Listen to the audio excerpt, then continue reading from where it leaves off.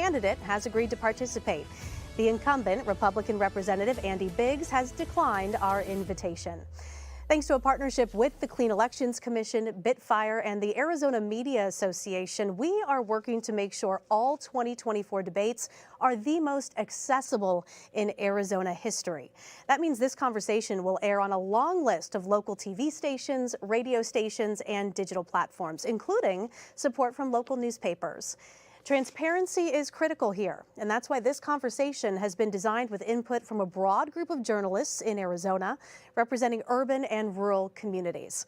Thank you to voters across Arizona who have submitted questions. We've reviewed all of them to make sure every voice is heard.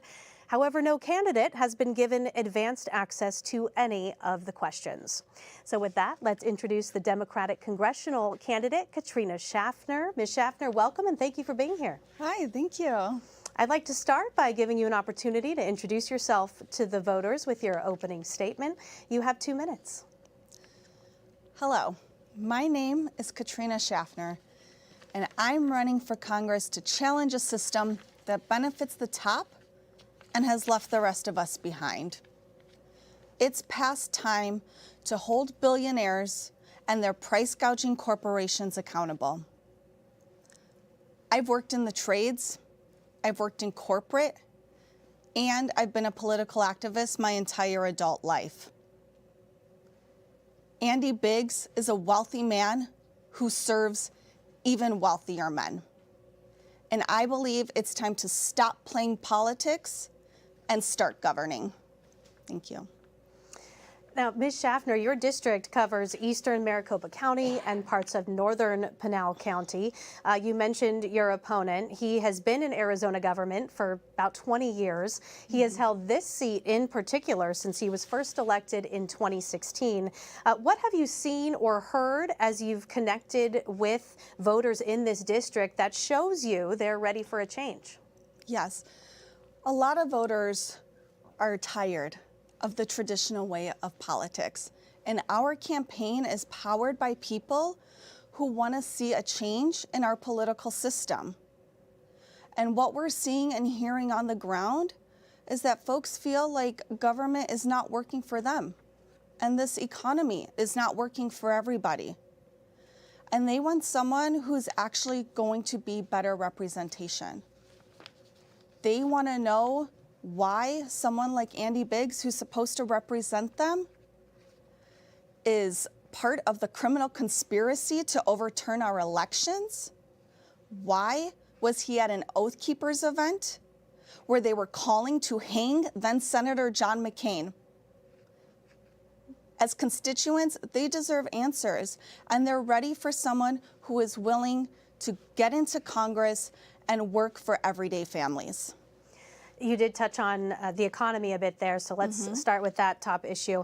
Right now, so many Arizonans are struggling.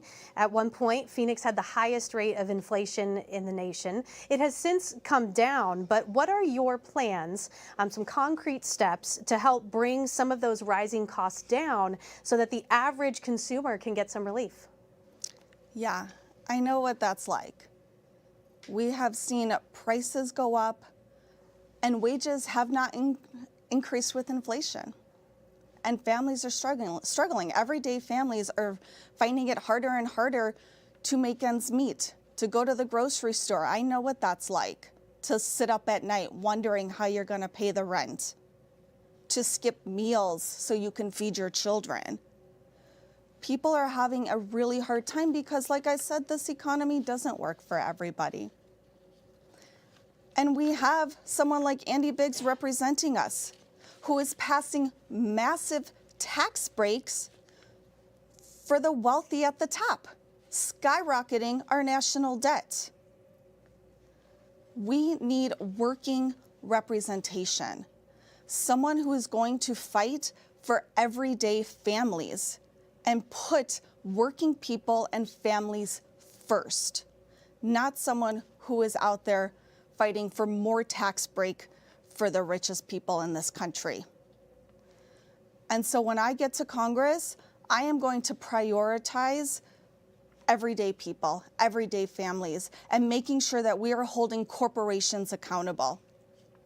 so that they are paying their fair share.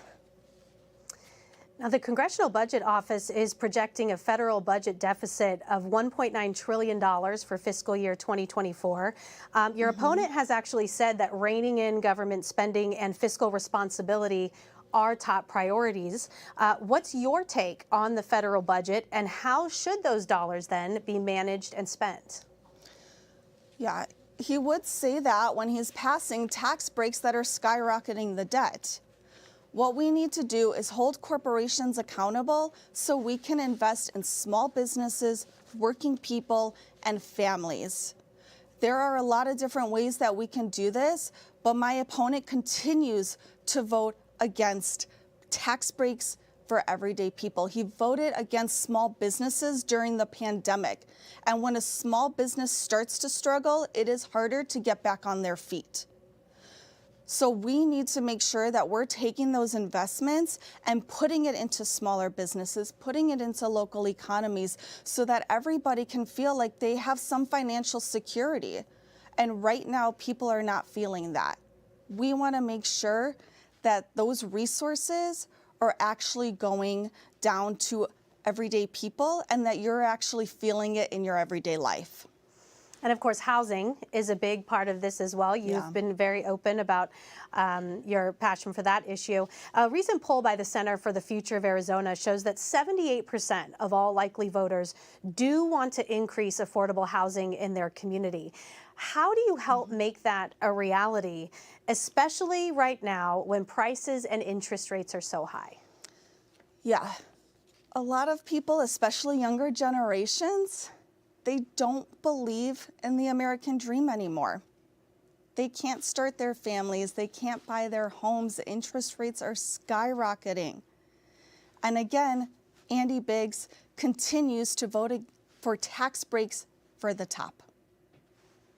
This is why working representation is so important, because we need someone who understands that we need to build more competition in this economy to bring those prices down. And that's just one big piece of the puzzle. We have a lot of work to do, but we need to be supporting small builders. And again, ensuring that that is coming to our local economy and that federal funding is going to people who need it the most. Everyday families, working people who just cannot get by and are living paycheck to paycheck. That's what we need in Congress, because we need someone who understands how federal government is impacting our day-to-day lives.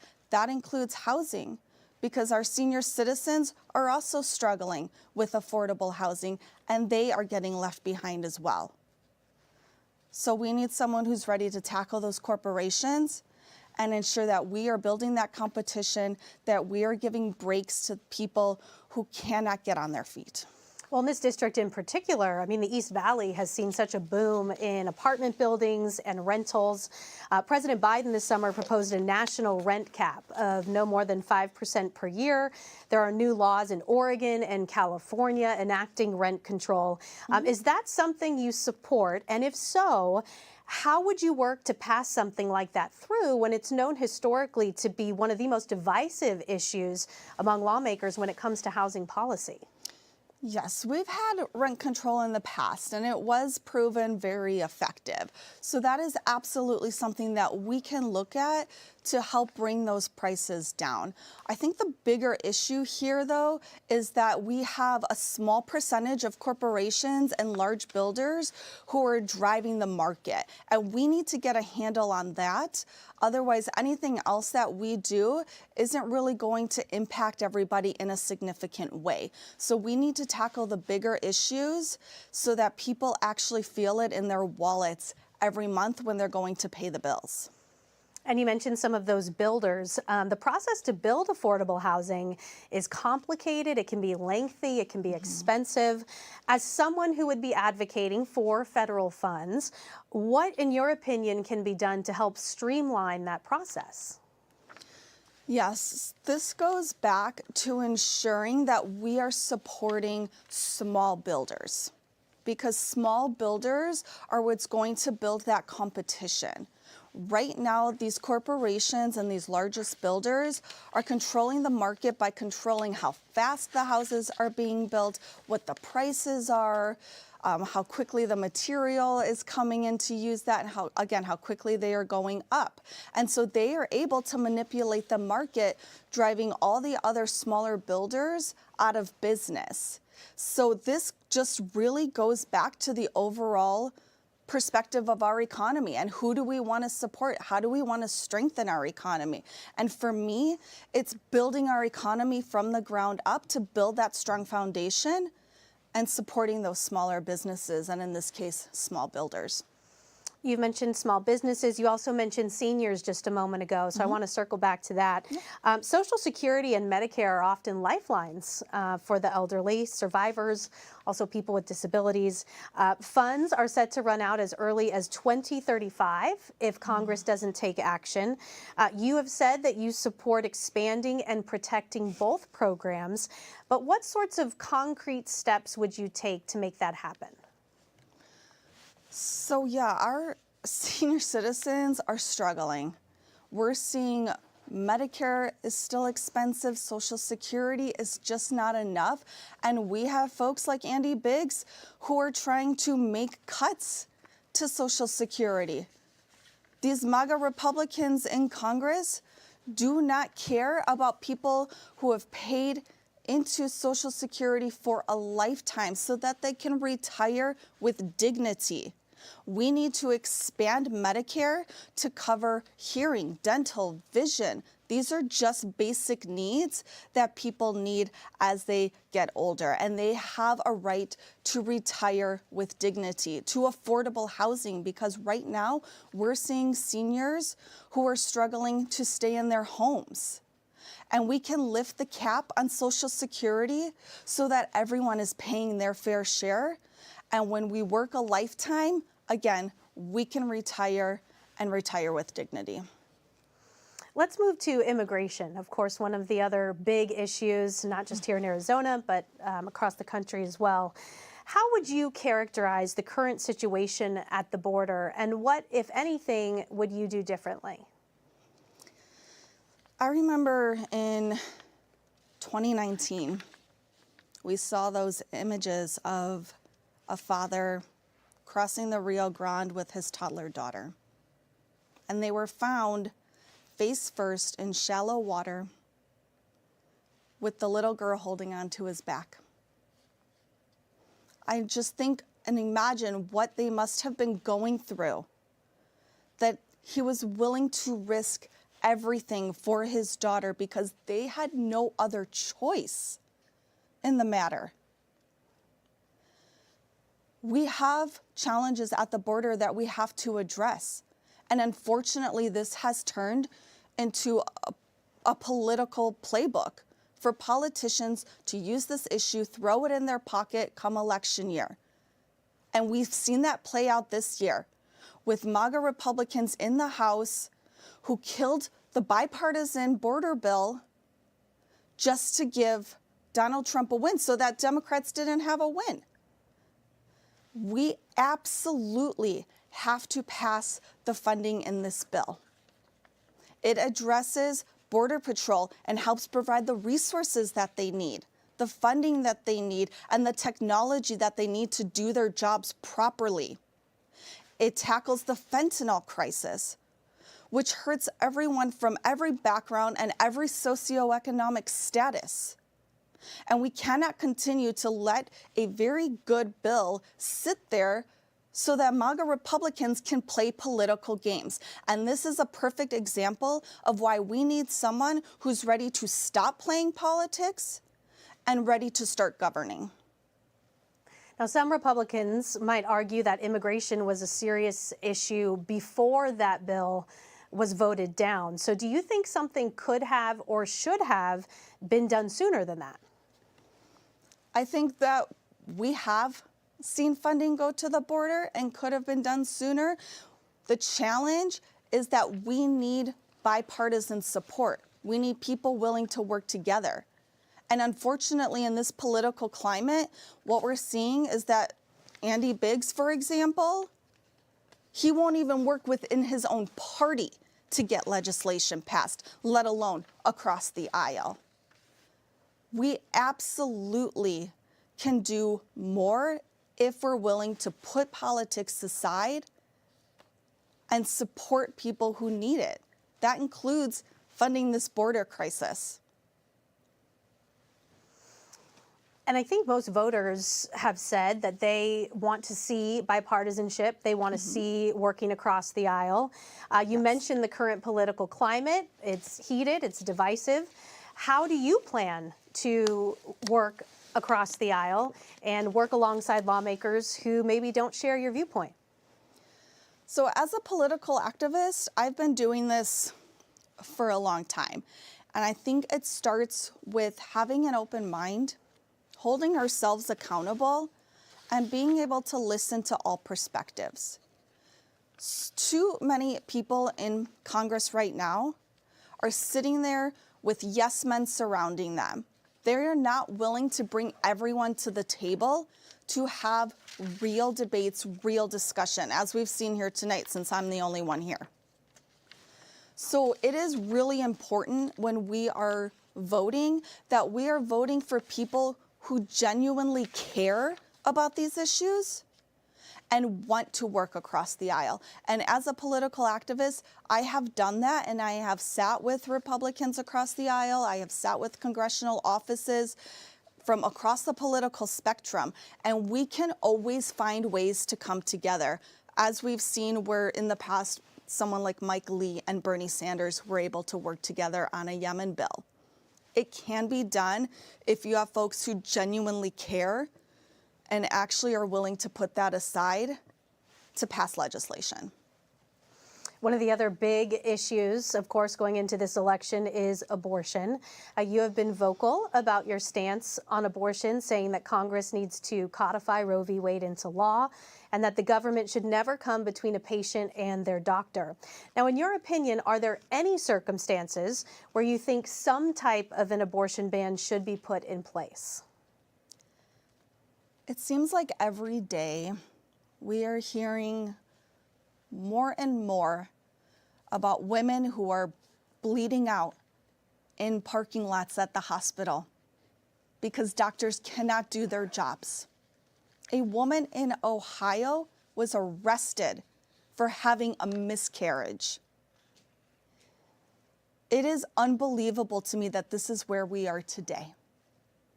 And Andy Biggs wants a federal abortion ban. He wants to ban contraception and wants to punish fertilization clinics where you would go to get IVF treatments.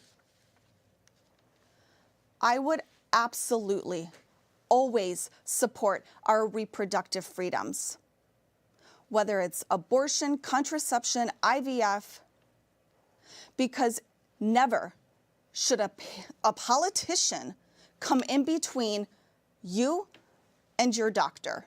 Never. So just to clarify, do you think there should ever be any type of an abortion ban put in place, whether that's by term or a certain point in the pregnancy? No, I think we need to restore Roe v. Wade and go back to those standards. And we've had it for 50 years.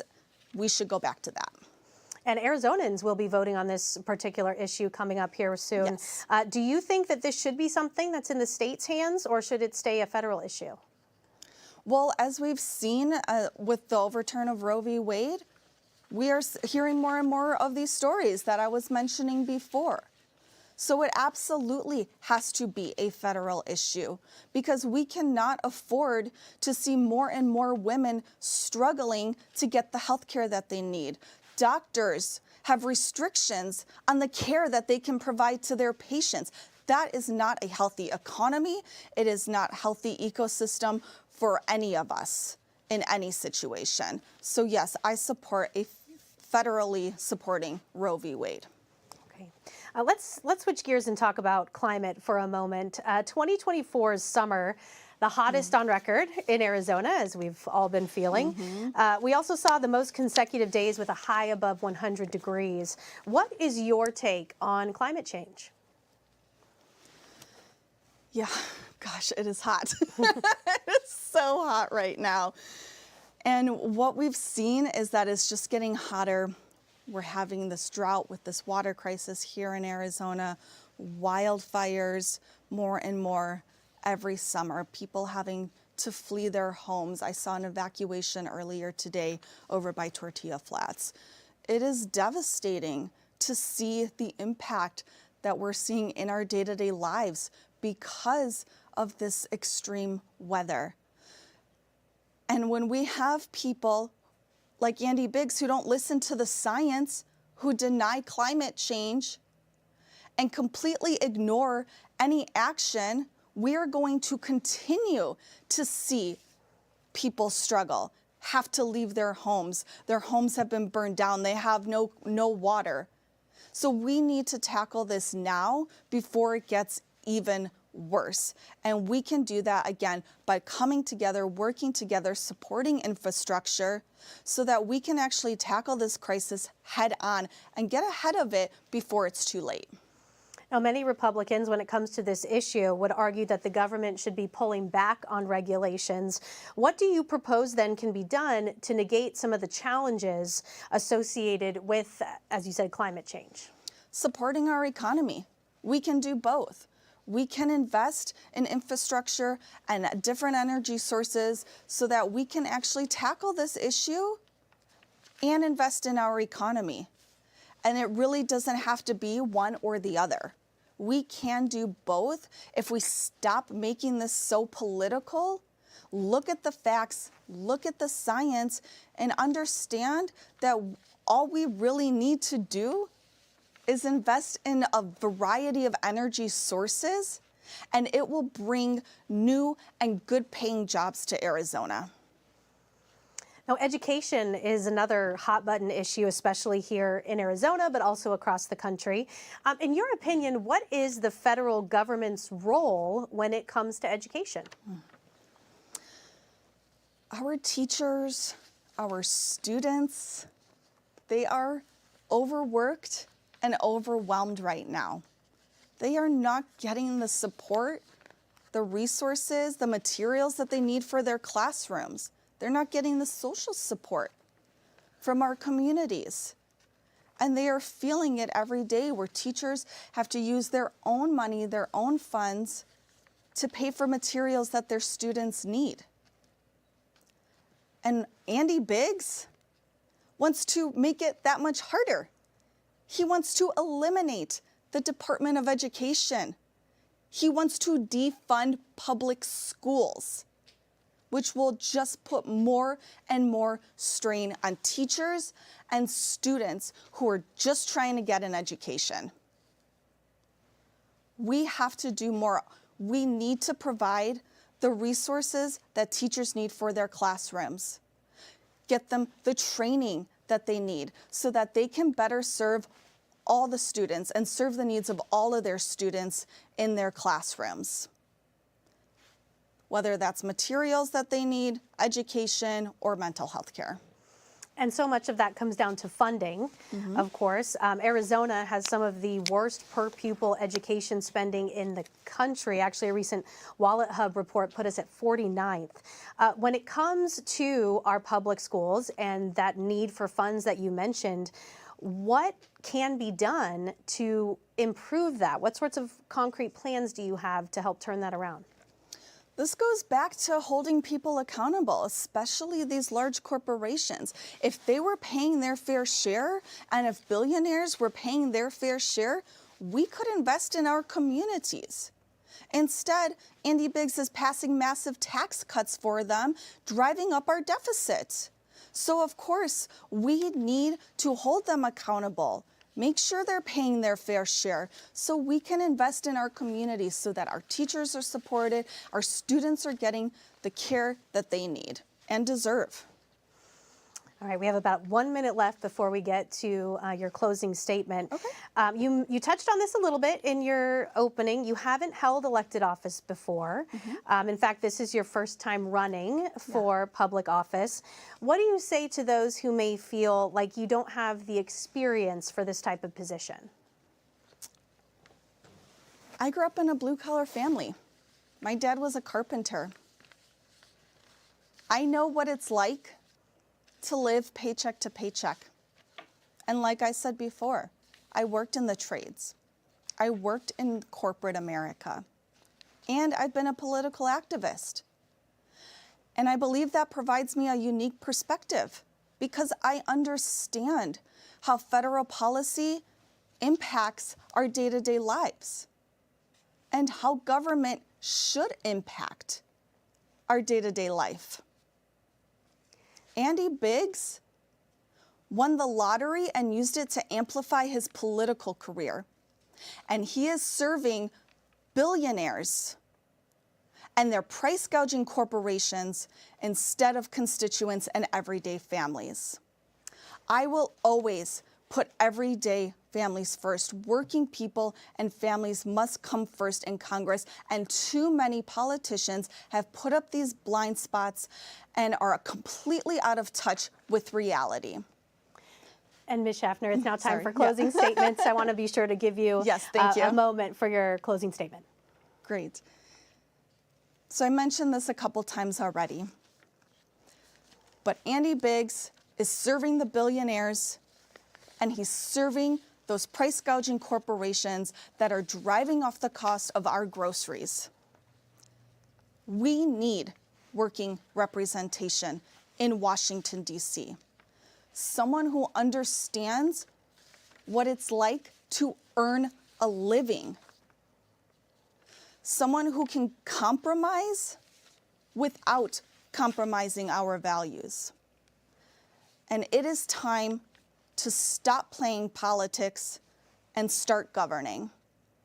And if you'd like to learn more, you can go to my website at KatrinaForArizona.com. Thank you. Ms. Schaffner, thank you for being here today. That is all the time that we have for today's one-on-one conversation with candidates for Congressional District 5. On behalf of our partners at Clean Elections, the Arizona Media Association, Reister, and Bitfire Studios, thanks for joining us.